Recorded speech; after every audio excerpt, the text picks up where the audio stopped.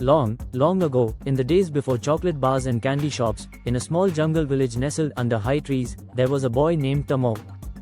Theo was different from the other boys in his village. While they were happy to play games or swim in the river, Theo spent his days wandering through the forest, gathering weird stones, rainbow-colored leaves, and odd fruits. His hut was filled with all kinds of odd things, and people often laughed and said, "Theo, you'll never find anything useful in that jungle." But Theo didn't mind. He believed the world still held secrets, wonders waiting to be uncovered. One misty morning, as golden sunbeams slipped between the leaves, Theo wandered deeper into the jungle than he ever had before. He tracked the monkey chitter, the bird flutter, and the winds whisper, until he came upon a stand of trees with knobby trunks and peculiar, oval-shaped fruits suspended from branches. The fruits were red, rough, and unlike sweet bananas or succulent mangoes he was familiar with. But there was something that attracted him. He picked one, warm and heavy in his hand, and snapped it open on a rock. Within were lines of slimy white seeds, bitter to the taste, but full of scent. He scrunched up his face at the flavor, but his heart said to him, "This is something significant."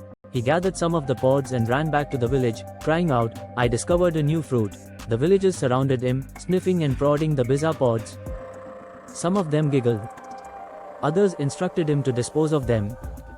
But the village elder, an old crone with eyes as deep as wells, halted all of them. "This fruit," she spoke slowly, "is not yet ready to tell its secret. But maybe, given time, it will speak." Theo took her seriously. He worked with the seeds every day afterward. He dried them in the sun. He roasted them on hot stones by the fire. The bitter scent grew deeper, richer, like something buried in the ground. He ground the roasted seeds between two flat rocks, pounding them into a dark paste. Still bitter, still odd, but now with a warmth that wrapped around the tongue. One day, observing the village cook prepare a corn beverage, Theo got his idea.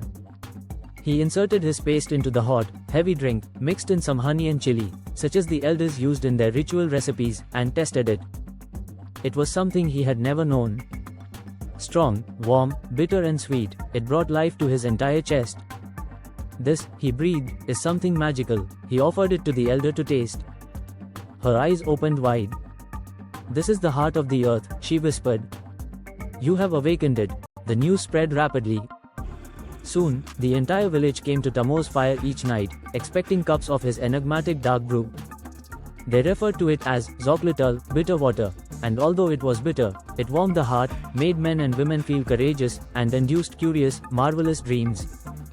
The other villagers heard about the beverage and came to barter for it, giving feathers, fabric, and even gold. Theo, who was once ridiculed for his jungle ramblings, was renowned from end to end as the young man who discovered the spirit of the beans. Elders told stories that the cacao tree had selected him, that the jungle shared its secrets only with the ones who listened intently. As he aged, Theo went on experimenting. He experimented with ground cacao mixed with ground maize, with vanilla, with herbs. Every time he found something new, he gave it away.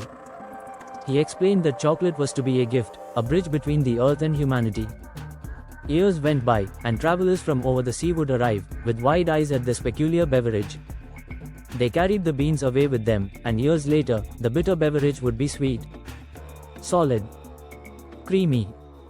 Children in a faraway land would grin as they sipped it, having no idea the name of the child who first beheld wonder in a coarse red pod. But in the jungles of Theo's native land, the legend survived. Mothers spoke to their children of the boy who strayed too far, who listened too intently, who thought the world still held secrets in its heart. And each time a piece of chocolate was cracked open, a small part of Theo's heart survived, fierce, inquisitive, and full of enchantment.